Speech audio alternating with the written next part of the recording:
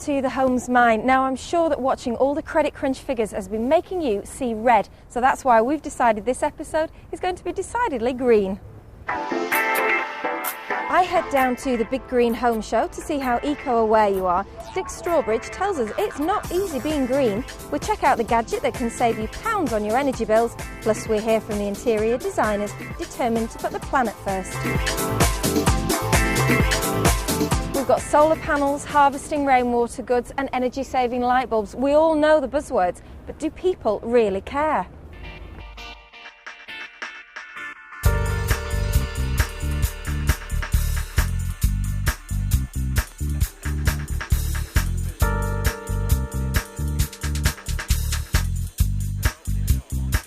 We were just gathering lots of information about heat pumps and, the solar panels, energy saving things. Is that something you've always thought about, or is it something that's been prompted? Yeah, always, really. Right. Yes. Well, we've just moved back from New Zealand. We lived out there for 6 years, and we were sort of like fairly horrified at how backward England seems to be in relation to New Zealand. And my dad's 87 and he's living on his own, and so we thought it'd be a good idea if we looked at selling his house, selling our house and buying a new property, and trying to find a property that will suit us is going to be extremely difficult. So because it has to be very specific to what you want. Absolutely, yes, where my dad can have his own space, and because I think he thinks we're going to shove him in a cellar or something away from us. He hasn't got much faith in you. Oh, I know, very insulting. So this is why people self-build, and they can create something that's perfectly bespoke for their situation. Exactly, yes. Well, I'm renovating an old house in France at the moment. And that's the project that you're looking around for inspiration? Absolutely. And what sort of things have you seen? Well, I've seen a lot of stuff around it for environmental friendly stuff, which I'm sort of very keen on. And so, yes, I've got quite a lot of information out coming here. Is that sort of thing very popular in France as well, or is it something that's a bit more popular here? I don't know, but the house I bought in France is in the middle of nowhere, so I'm not quite sure what happens locally there. But the local mayor there is very keen on the stuff that we are proposing to do, So. Is that something he hasn't seen before? No, not locally, no. That must be fabulous. It is fabulous for us because, in France they don't look at old buildings like we do in this country. And so I think it was something that he was very keen to see. And he's helped us along in getting planning permission and stuff like that, And so he's very much tied into the project, if you like, to follow the progress. So he'll be the first one there with a glass of wine when you finish, will he? Well, I think it's part of the thing that you sort of treat the mayor with, with kindness, respect and deference. Right. Yeah, and he's very keen to see the finished product so they can promote it in the other villages, basically. What's the most innovative product you think you've seen here? What's the thing you're going to be keen to incorporate? It's the heating, really, and the insulation. Those are the two main things that I was looking for, Yeah, it's just the way that you can reuse your water, obviously all the lighting, definitely all the insulation, the wood as well, because that's so good. So there's just lots of different techniques here, even the turbine power. You're going to have one of those? I don't know about that. If you didn't like your neighbour, it would be ideal. But you can think about it, can't you? That's the point when you're doing your own. That's right, yes. And I think coming here, I've always considered I'm pretty green, but coming here makes me realise that I've only really been scratching at the surface. Grain source heat pumps is the one we're really interested in. And you're definitely going to incorporate that, do you think, I'd certainly like to, if we could, provided the cost is right. And the cost, does it work out very expensive? Well, it's far more expensive than conventional heating, but hopefully over the years it will recoup most of that cost. That's the point, isn't it? That's why people are doing it's it. green issues as well. So. Well, best of luck with your search. Okay. Good luck. Thanks for talking to us. Thanks. Thanks very much. Well, they definitely knew their stuff down at the Big Green Home Show. I guess we all know a little bit more about eco-credentials, but not as much as this TV expert.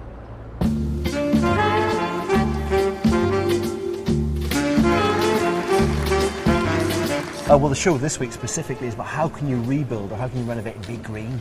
Get the green technology into your building. So this is important, isn't it, increasingly, because it's okay buying a new build or building your own home, but most people don't move. They live in an existing housing stock. So it's all about that kind of house, what to do to existing housing stock, is it? No, it's not all about existing housing stock. Renovation and new build both come together because it's all about the technology you put into the building. And I think the beauty about something like this, when you come here, you can look around and you can see lots of different how many different ways can you do the roof? How many different ways can you do the floor? And everything in between. And I think what it does is it gives you an opportunity to come to one location and see different technologies and see what actually fits for you. It's true, 98% of houses in the UK are old stock. When you get a new 2% every year. But, you know, when you set a project like building a house or renovating a house, that's an awful lot of money. It's an awful lot of your effort goes into it. So it's best to be an informed customer and get some facts under your fingertips.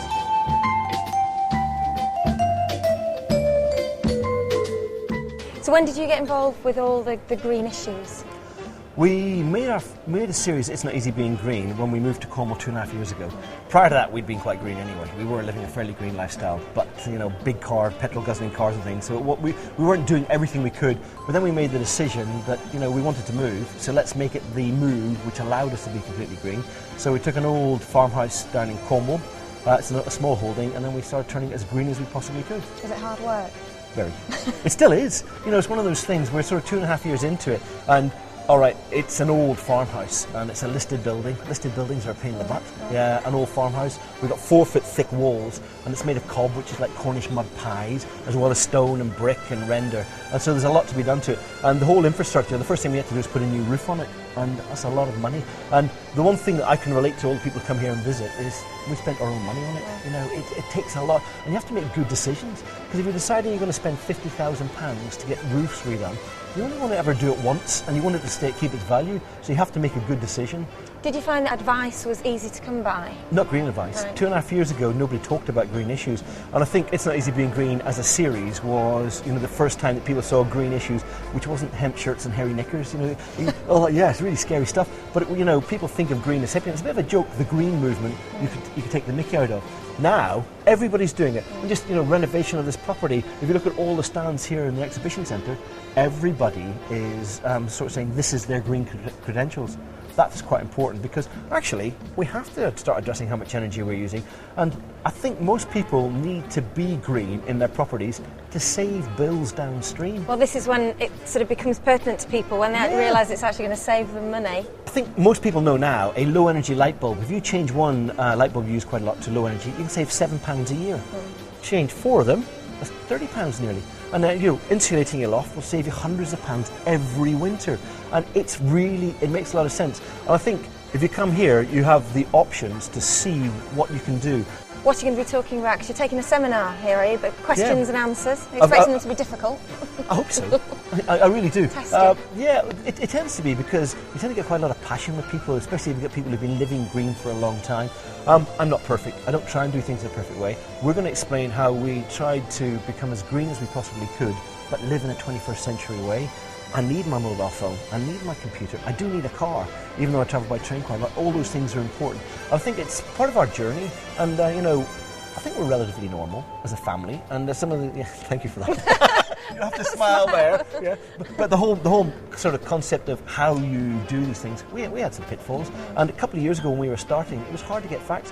I don't trust people. I'm an old fart. You know, when it comes down to how you spend your money, you know, somebody says this is the right answer, you don't believe them. You have to research it. We'll talk about some of the things that we've experienced and some of our highs and lows.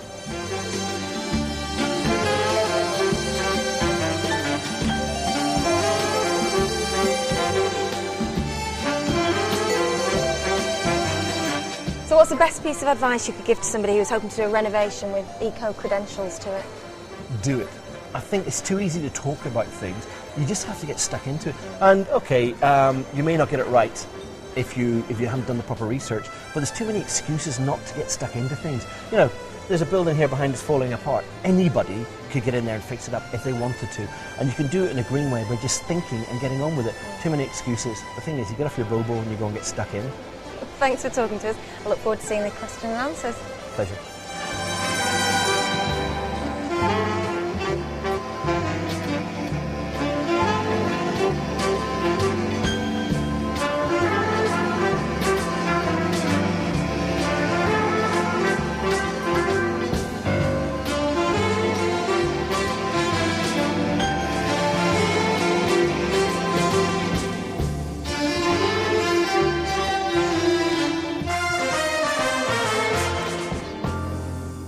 Now, there are literally hundreds of eco products out there on the market, all designed to help us live a little bit greener in the 21st century. Here's one of my favourites, and one of the girls in the office took a bit of a shine to the inventor.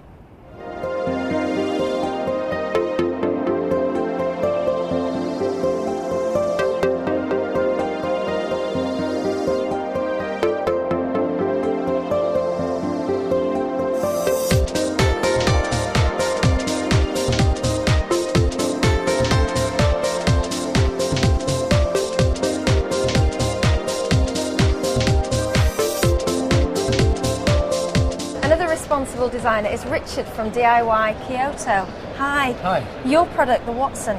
Talk me through that. Okay, it's a very, very simple product. It shows you exactly how much energy your house is using in real time. How? Okay, well it does it in the most effective way we've found, which is with money. So it says if you left everything in your house exactly the same way as it is for 1 year, this is how much it would cost. So in our little setup here, we've got a virtual house with a vacuum cleaner, a TV, a normal light and a low energy light on. Yeah. And if we left all those on for 1 year, it would cost us £1,500. So in real terms, if this is in somebody buys this product and puts it in the house, where do they put it and how do you Okay, well this is completely wireless, so it can go anywhere in the home. Yeah. So you can pick it up, walk around, turn anything on or off, go to your microwave, flick that on, see the change. And how does it know? Okay, well the clever bit, so between everybody's electricity meter and the fuse box, you've got 2 wires that carry all the power for the whole house. And this clip just fits around either one of those wires, snap it on, and that's it, it's installed. This box has a transmitter in it, so it sends the information by radio to this box. Yeah. And so then, this can be anywhere in the home. So you can find yourself at home by your TV, so you can just be watching Coronation Street and you can understand how much power you're using. Like if it does it with colours as well as numbers. Yeah. So if it starts glowing bright red, you know that somebody's making a cup of tea, so you can shout through for them to make you one as well. Right, and only half fill the kettle. Exactly. Yeah. So really, I mean, if people have got this in the living room, the point is that they sit there, but it makes them aware of how much energy the house is using. So they're thinking, all right, well, that energy, it's not just energy, is it? It's my money out of my pocket. Exactly. It's all about awareness and understanding. And a lot of people are trying really hard to do something for the environment, but it's very difficult. So what we're trying to do is make it as simple as possible to find out ways that you can reduce your energy consumption. So with this, like every time you go out of the house, you make sure it's blue. That means that you've turned everything off. Like if it's glowing red, you know you've left the iron on or something like that. So it makes it as simple as possible. But it's also recording all your information. So when you connect it to a computer, either Mac or PC, you can see time-based graphs. You can see over time how, like, when you're asleep, the house is asleep, and then when you wake up in the morning, you get the power shower, you get the kettle, and then when you go out to work, it all comes down again. It all drops back down again. Yeah. How long have you been working on this? I started working on the first prototype pretty much 5 years to the day. Is this something that resonates with you, green issues and environment? Yeah, I was an industrial design student struggling a little bit with the whole concept of designing stuff for people that they were just going to use and then consume and throw away. Right. And so this was the only thing I could think of doing, really, doing something that positive, that empowered people to make a positive change. And what sort of reaction is it getting? It's getting great reaction. We're beginning to make quite a few sales. Christmas is going to be big for us this year. It's a perfect Christmas present because it says a lot about you. You might need to turn your Christmas lights off as well, won't it? Absolutely. Yeah, every time you're going up to bed, you switch them off. Well, I wish you all the best with it. It's a fantastic product. Thanks for talking to us. Why not? Of course, if you can't afford the latest technology, there are lots of other ways far cheaper to lower your carbon footprint.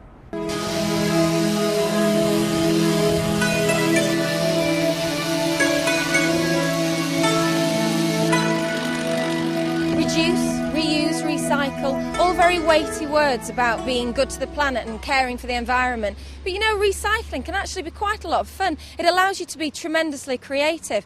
Driving down this road yesterday, I saw a tree being taken down, which is a huge shame, but there's a lot of ways that such wonderful timber can be reused. I didn't see a tree, I saw a coffee table.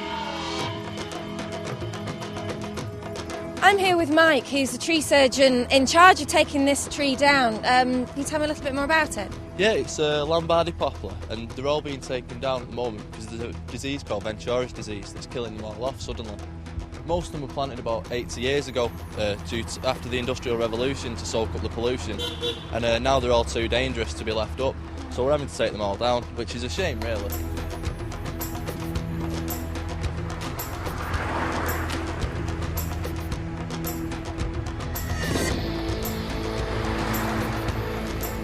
I'm going going to choose a piece of timber now which I think best sort of suits my purpose for a coffee table. I don't have to look very far. I quite like this one. Can I have this piece? Yeah, it's no problem at all. Help yourself.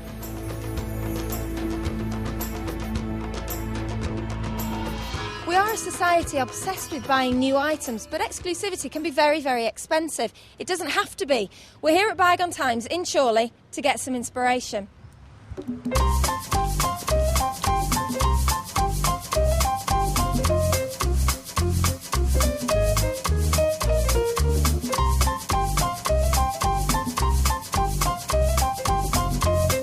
We've come inside now and we're having great fun, having a good rummage around to see what we can find.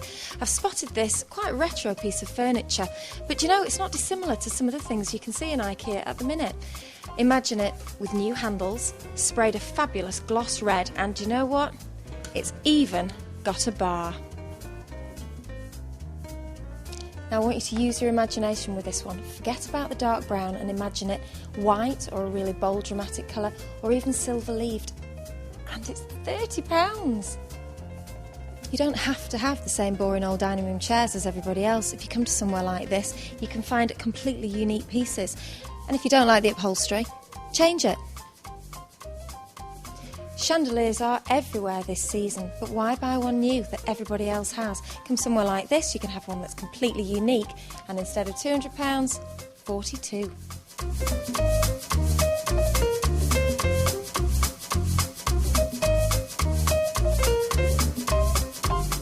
Now this style of furniture, believe it or not, is quite cutting edge. It's been used in bars and clubs all over the world. So there you go, have it reupholstered and it's your new three-piece suite. Now there are lots of reclamation yards in Manchester, so I think you should get rummaging, because who knows, you could find yourself something truly unique, maybe even something valuable. Coming up next, we've got a very novel way of heating your home.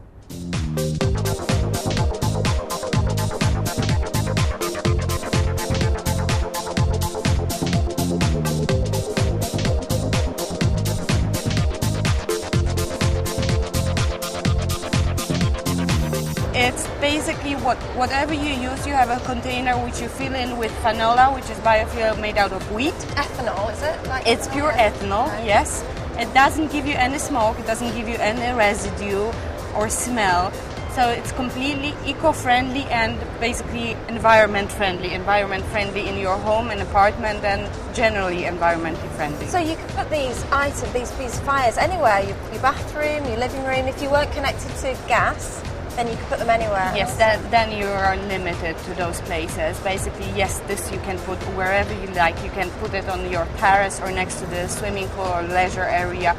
Really, it's up to you, whatever you imagine or wherever you imagine those products to be. And it's totally responsible design, of course, because you're not using fossil fuels. Yes, exactly. It's, first of all, renewable resources and the eco-friendly fuel. That's totally doesn't give any fumes and doesn't exhale anything that is inhaled by humans that is that can be damaging or dangerous and to the health and the environment. Yes. What about the designs? Who comes up with the inspiration? Basically, we have our own design team behind our products. Lately, we started working with international designers. Based in Poland, Yes, the company is based in Poland, but we are starting working with international designers because some names open our door to those galleries.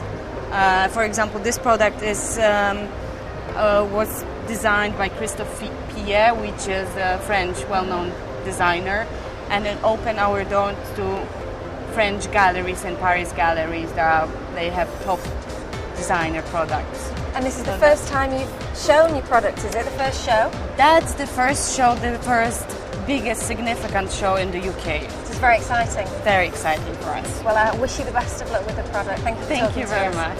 Thank you.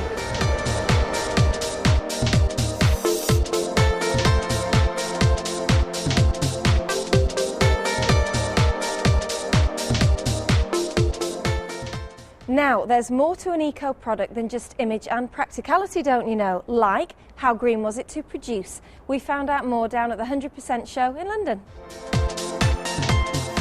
People have got to put their hands in their pockets if they want to start saving the environment. This table is made from 15% recycled glass, which doesn't sound a lot, but it's the highest you can buy for clear glass. Then you've got recycled steel, and then the wood is from a salvage yard in Manchester called TRM, and they're going to be able to source me something called ferruled wood, I think, which basically means when the council chop down a tree, instead of it being turned into wood chip, it's going to be converted into wood for local furniture manufacturers. What a fabulous initiative. Really, really good, yeah. I'm still trying to make sustainable furniture that isn't kind of like quirky. I'm trying to make sustainable furniture that is actually kind of like desirable and sophisticated.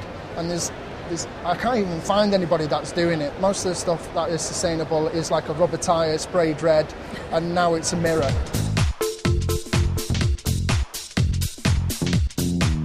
Bamboo is quite an in material.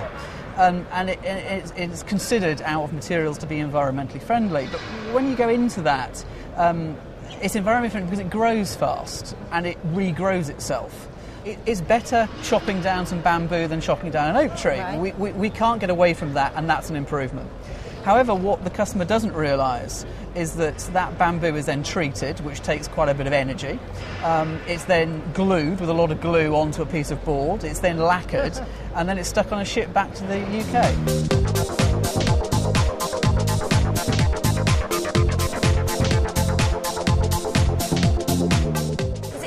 Or difficult working with bamboo, and what sort of reaction do you get?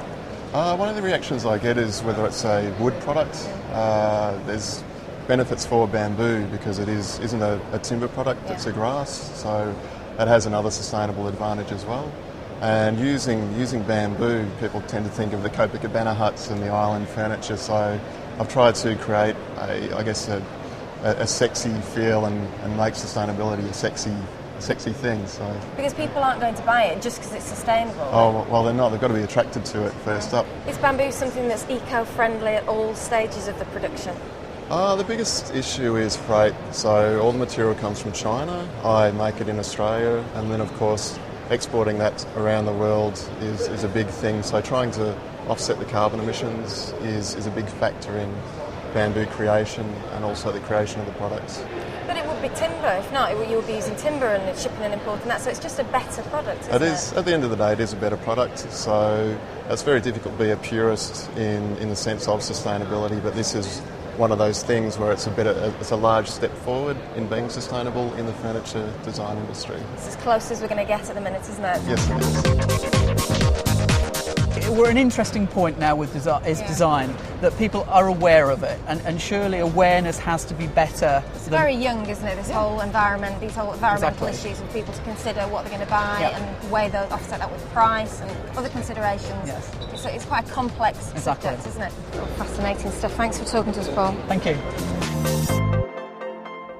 Well, I'm glad to see there's another fan of reclaimed timber. I do hope you've enjoyed this week's Eco Special. You can view it again, of course, at channeln.co.uk, and I'll see you again soon.